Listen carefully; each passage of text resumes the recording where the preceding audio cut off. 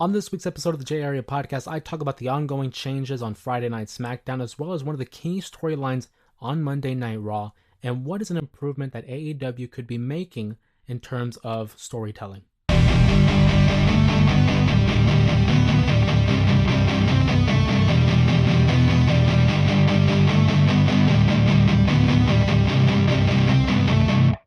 What's going on, everybody? Welcome back to the J Area. My name is Jose Ramos Jr., and if you're a fan of professional wrestling, you have come to the right place. And of course, starting today's episode, I have to discuss Friday Night SmackDown. An eventful Friday Night SmackDown, I might add. I know there was a couple weeks there in between that some people had concerns about SmackDown and that it wasn't really up to the quality that we have become used to. But I really think that this episode, and ever since moving to the USA Network, it has really re-energized, revitalized the roster and the presentation. Obviously, that steel cage match to open up a couple weeks ago was fantastic, I thought. And now this one, no different.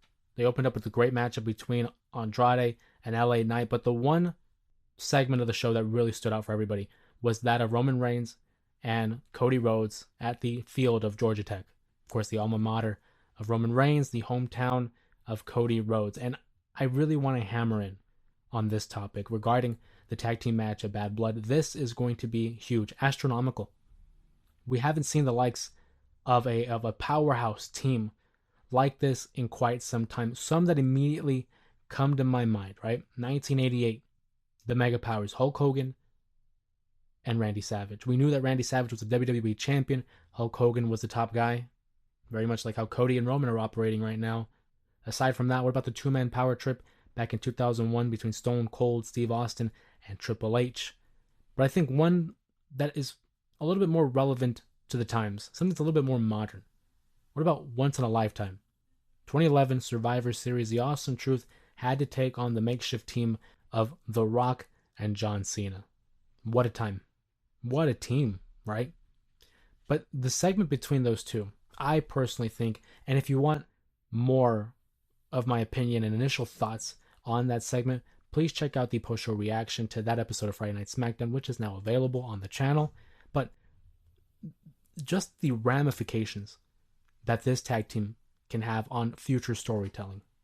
I think this matchup has the potential to create a road, forge a path to WrestleMania 41.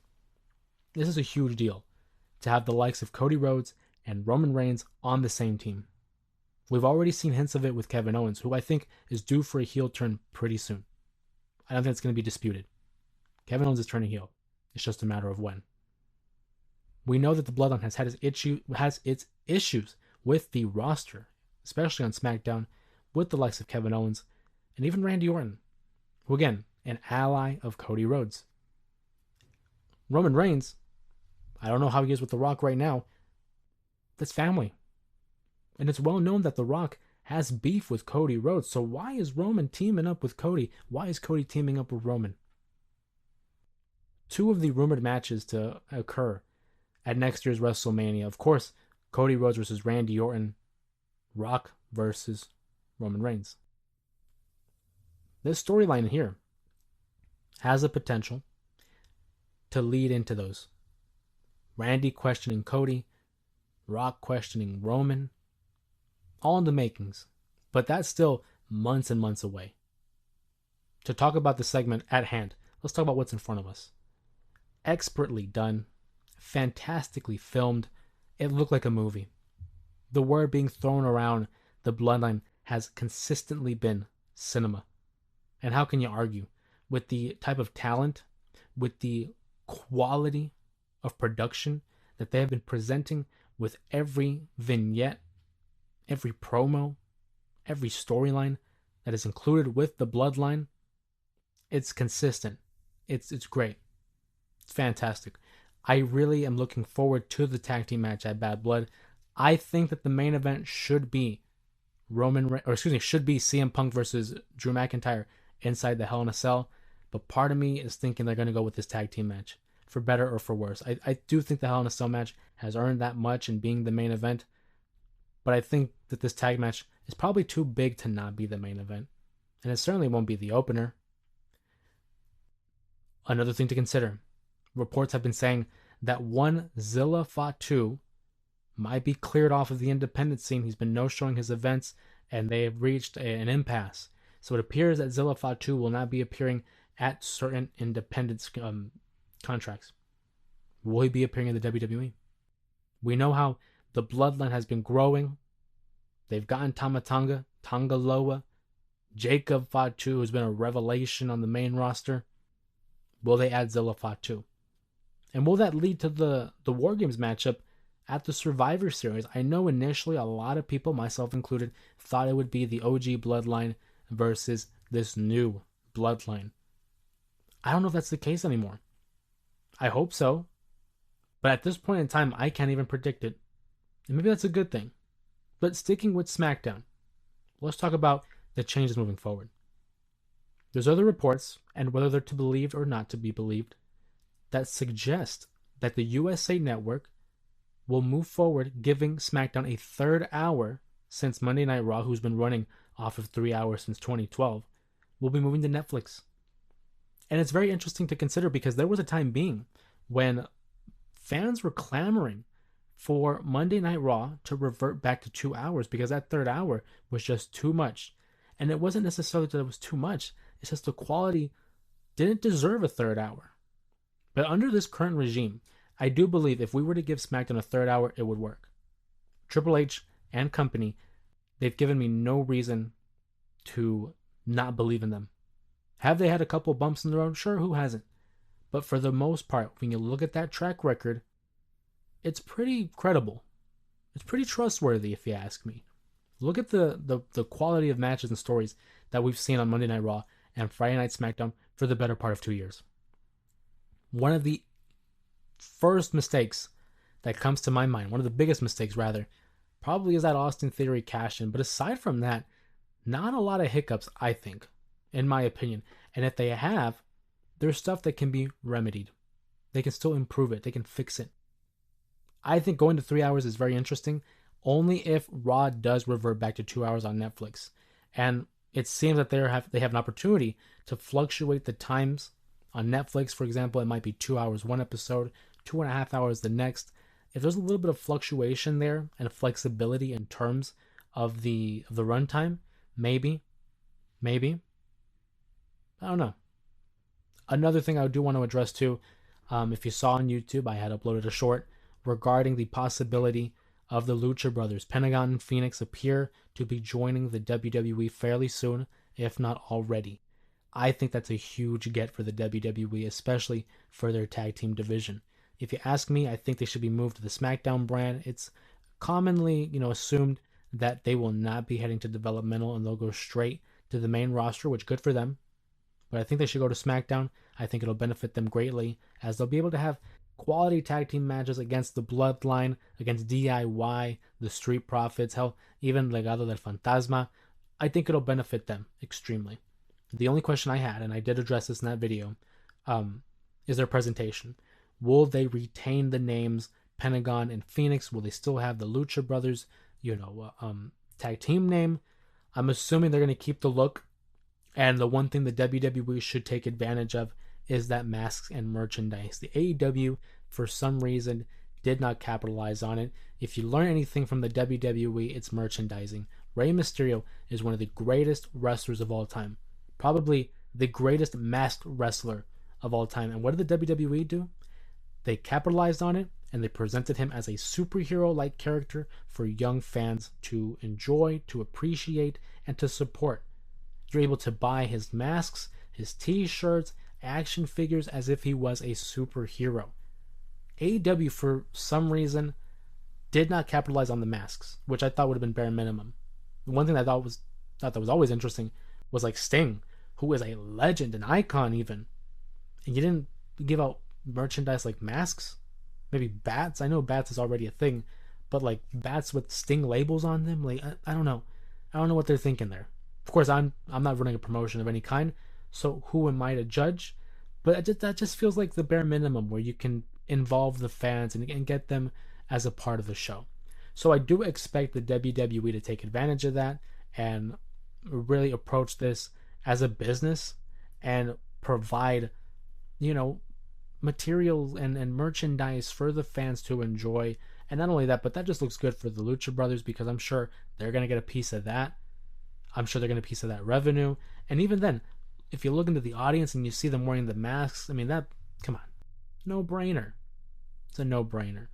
The transition will be interesting, obviously, because AEW is a little bit more freestyle when it comes to their pro wrestling. WWE kind of has their own restrictive style where it's like less is more, and it's been working for the most part. But Lucha Brothers, whether that happens sooner rather than later or later rather than sooner, we'll be here. We'll check it out. Looking forward to it, of course.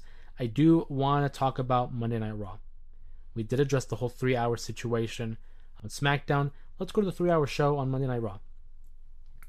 There's a main storyline there that I want to address, and that's the New Day. The New Day, what a ride that Kofi Kingston, Xavier Woods, and Big E have been on for the better part of a decade, really.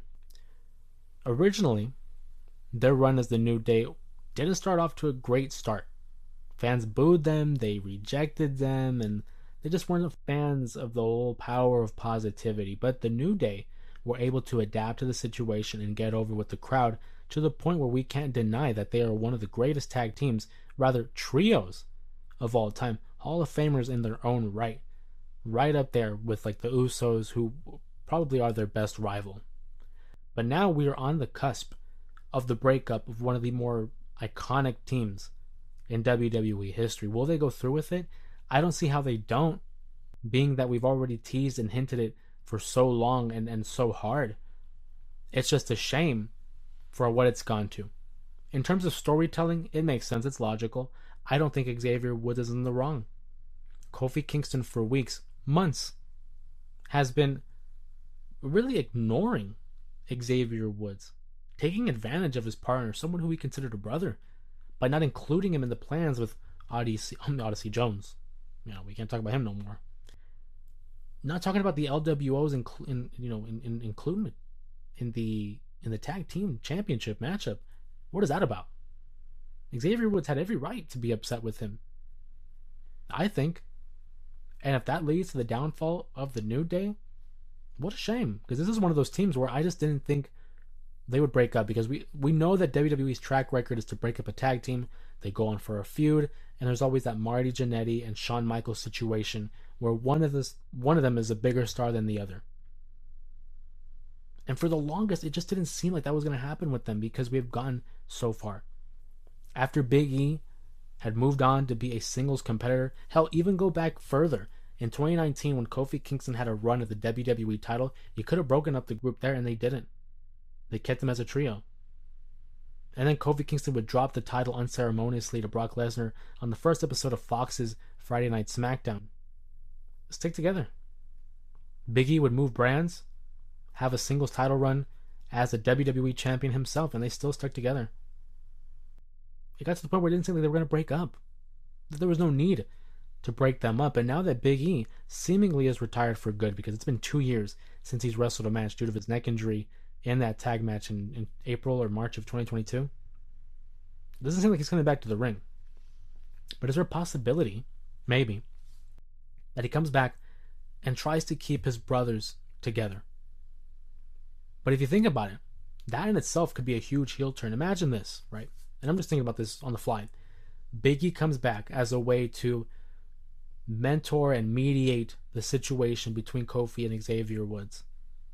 Trying to keep the brothers together, trying to keep the peace, trying to keep the power of positivity alive. And can you imagine the amount of heat Xavier Woods would get if he hugs his brothers, pretending to go along with it and say, you know what, you're right, we're a team. Only for him to stab Big E's back. Now that would be some heat. That would instantly get him over as a heel to attack Big E, to attack Kofi Kingston. Will it happen? Hey, crazy things have happened. But if you want to get instant heat, that's how you do it. It's just a matter of if the WWE is bold enough to do that, because that's one of their top leading groups in WWE. I'm assuming in terms of merchandise, they really moved the needle there as well. I can't see Kofi Kingston as a heel, but I certainly can see Xavier Woods. Maybe. I digress. Another storyline, though, on Monday Night Raw. Sami Zayn, Gunther. Part of me thought that this would be a world title match at the Bad Blood event, but being that it's only, under 2 weeks away, I don't think it's going to happen at the show. I would have preferred it, but we've seen in recent times that Triple H and company like to have their pay-per-view or PLE cards about 5 to 6 matches a night, and I don't think there's any room for it. I would have preferred it, but the story of Sami Zayn is really interesting. Sami Zayn is one of those baby faces where he's just so good. He gets you invested. And there's times where people weren't in full support of him. For example, let's go to earlier this year, WrestleMania 40. They thought it should have been Chad Gable to have beaten Gunther for that Intercontinental title. But over time we cheered Sami Zayn. What about in 2022? As a member of the Bloodline, challenging Roman Reigns for the title in Montreal at the Elimination Chamber event. We didn't think he was going to win. But what if? Sami Zayn has this innate ability to earn and gain the support of the audience. I've made the comparison before that Sami Zayn is like the modern day Mick Foley. Not in the sense of his wrestling style, but in his sense of his connection with the crowd. Mick Foley earned and deserved the respect and the love that came his way from all pro wrestling fans. Sami Zayn has this quality about him, I think, where we all can see a little bit of ourselves in him. We want to believe in Sami. We want to see him succeed because he's one of us. So to see what they're doing with him and having Gunther belittle him and deny him a title match, it's classic wrestling 101. You keep the crowd wanting more. You keep the crowd wanting to come back. You want to see the hero get beaten up and beaten down so much to where it's like you're just about to give up. But this guy doesn't. I do think we'll see a title match between the two. Whether it's at Bad Blood or not, we'll see. But Sami Zayn will go down, I think, as one of the all-time greats baby faces, and one of the all-time greats in general, for his contributions and his work within the WWE. And speaking of the WWE, let's take a stop here at their developmental brand, NXT, who, by the way, first week of October, they'll be moving to the CW, having their first show in Chicago, no less, the home of CM Punk. And coincidentally enough, CM Punk announced on this episode of NXT this past week that he would be the special guest referee for the NXT title match between Ethan Page and Trick Williams. But before he was able to announce that, he was interrupted by Roxanne Perez. That segment I thought was one of the best segments that NXT had produced in a while. For me personally. Maybe because CM Punk was involved and I'm biased towards Punk. But it was just so telling. Knowing that Roxanne Perez, growing up a fan of CM Punk, growing up a fan of AJ Lee, that line where she tells CM Punk, "I've always been more of a fan of your wife," was a great line. But when she said that I should have became a Drew McIntyre fan, obviously it's hard to buy it because we know how much of a fan she is of the two, AJ and Punk. But in terms of story, man, now that's where it's at. She plays a great heel. I think she's a great babyface too. She has like that Rey Mysterio quality where undersized, underdog, but still keeps fighting. But as a heel, it's really refreshing to see kind of like a smaller stature of a heel who doesn't give up, who doesn't lose matches. I'm looking forward to that matchup between her and Julia on the first episode of NXT. But just a great segment all around by CM Punk and her. And now a perfect transition to the next topic here. Obviously CM Punk being the last topic of discussion. His time in AEW will go down as one of the more controversial, infamous periods in pro wrestling history. I certainly think in terms of the modern era. But I do have to address AEW. Recent reports, and obviously I use the word reports often because we don't know if it's fact or not. But it's been suggested that Tony Khan has had conversations with those within AEW that they're really stepping away from long-term storytelling and focusing more on week to week. Now, of course, I'm not saying this is fact. So before people go off in the comments saying, "Oh, where do you hear this?" But dude, it's on the internet. If you read it, you read it. If you believe it, you believe it. I'm not saying I believe it, but if it is to be believed, That is a mistake. They say long-term storytelling is not in anymore. It's all about week to week. It shows in AEW. I will not sit here and say that it's often that they ignore long-term storytelling. For the most part, some of their best stories have been long-term storytelling. Look at MJF's rise, obviously Hangman Adam Page's evolution. But when you look at their product, I think AEW is one of the best promotions for just pure wrestling. You just want to sit down, watch a show for the quality of a matchup, AEW. For example, Grand Slam will have, or rather than Grand Slam, the week following Grand Slam on the 5th year anniversary for AEW, we're going to have Ricochet versus Will Ospreay for the International Championship. That's a big money match. That's huge. That should be a fantastic bout. Maybe even one of the matches of the year. At least for AEW, if not for pro wrestling. The difference between them and WWE is WWE would have leaned into that with some storytelling. They probably would have teased it, spaced it out, and saved it for a bigger show. AEW doesn't do that. And that's their decision. That's their prerogative. But I think that would have benefited them a little bit more. Nonetheless, AEW is really, really good. They excel at in-ring quality. Will Ospreay has had one of the best series of matches this year, with the likes of like Swerve Strickland, MJF. We just had one with Pac, obviously Bryan Danielson earlier. But go through and tell me how many of their storylines keep up in terms of like the WWE style. That's okay if they don't.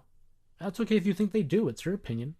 Just like it's my opinion that I think it would be a mistake that they focus more on the week to week rather than long term. It doesn't have to be long term. I'm not saying you have to tell a story 3 years in the making. But if you give it substance, you give me a reason to invest in the characters and the reason why we're fighting. I feel like that increases the quality of the match, the quality of the story. It enhances the significance. If you look back, okay, bear with me here. If you look back at The Undertaker and Shawn Michaels, I'll use them as an example. Or rather, even that saga between Triple H and Shawn versus The Undertaker, those 4 years of WrestleMania. You could have just straight up had Taker versus Shawn, Taker versus Shawn, Taker versus Triple H, Taker versus Triple H. But when you add the layers of storytelling at WrestleMania 25, good versus evil. Shawn wanted to be the guy to beat The Undertaker. Good versus evil. That was the imagery that they had displayed in the entrances of WrestleMania 25. WrestleMania 26, could Shawn beat Taker? He knew he was this close. He was just this close. One mistake cost him. And we had the whole lead up to the Royal Rumble, to where he would lose, and in the Elimination Chamber, he would not want The Undertaker to win the title. So he cost him the title. They go streak versus career. And then the next year, Triple H wants to do what Shawn couldn't do. Beat The Undertaker. What does The Undertaker do? He beats Triple H. And then after that, Triple H walks out on his own 2 feet, but The Undertaker couldn't. And that's pride. So the following year, in 2012 at WrestleMania 28, The Undertaker wants a rematch against Triple H, the end of an era. He wants to leave no doubt that I am that guy. 4 years in the making. Yeah, the matches were fantastic, but it's the story that elevates it. It's the why. Why? Like any great movie. What's the point? I can watch King Kong versus Godzilla. Hours on end. Just beating the holy hell out of each other, right? But then there's movies like The Dark Knight, where it's the Joker, the Batman, Harvey Dent, Two-Face, and the evolution, the ride that we're taken on with these 3 characters. It's how we get to the ending. It's why we got there. Who is involved? There are so many different variables to consider. And I still say that AEW is a young company. Obviously, they're going to celebrate their 5-year anniversary this upcoming month. But you can only say that for so long. As long as they keep having the talent that they have, they'll be fine. But in order to get to that next level, you gotta start getting to the next level, if you know what I mean. Nonetheless, I'm a fan, and I know just by reading the comments, which keep them coming, by the way.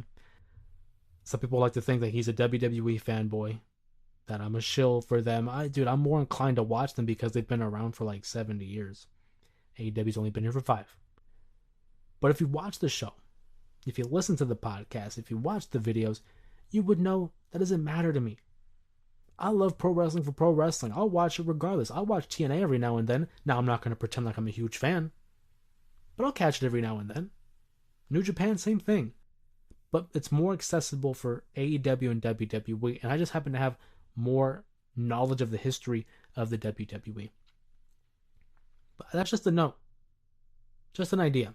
Again, I'm nobody to, promote a wrestling promotion. I'm not the one running the show. That's Tony Khan. Respect to him. But it's little things like that that the fans want. For the longest time, Vince McMahon and the WWE were not in the business of giving the fans what they want. And now that it's refreshing to see Triple H, who was a wrestler, right? He was traveling the roads. He was in the locker room. He's been out in the crowds. He has an idea of what the fans want. And I would say 9 times out of 10, he's given the fans what they want. Now, sometimes they have to wait a little bit longer than they would like. Look at LA Knight. Yeah. But it still happens. I do think LA Knight, for example, just bear with me, will win a world title eventually. But good things happen to those who wait. And I think it's important to remember. With AEW, I don't know how much longer you want people to wait in terms of improving the storytelling. The match quality, like I said, no complaints. It's fantastic. That's one area they might have WWE beat, is they consistently have great matches. Not to say that WWE doesn't, but where one excels, the other excels in another category. And that's why I watch both, because I can get a little bit of both. That's how it should be. Variety never hurt nobody. But regardless, I want to hear you guys. I want to hear from you and your opinions on AEW and their storytelling choices, as well as the tag team of Roman Reigns and Cody Rhodes. Speaking of tag teams, what do you think about the New Day? Will they break up? Won't they break up? We gotta wait and see. If you enjoyed this episode of the podcast, make sure to like the video, thumbs up, give us a comment, and don't forget to subscribe to the channel to enjoy other videos such as these that I've already produced. And if you haven't already figured it out, my name is Jose Ramos Jr. Thank you for joining me on today's episode of the podcast, and I'll see you all next time.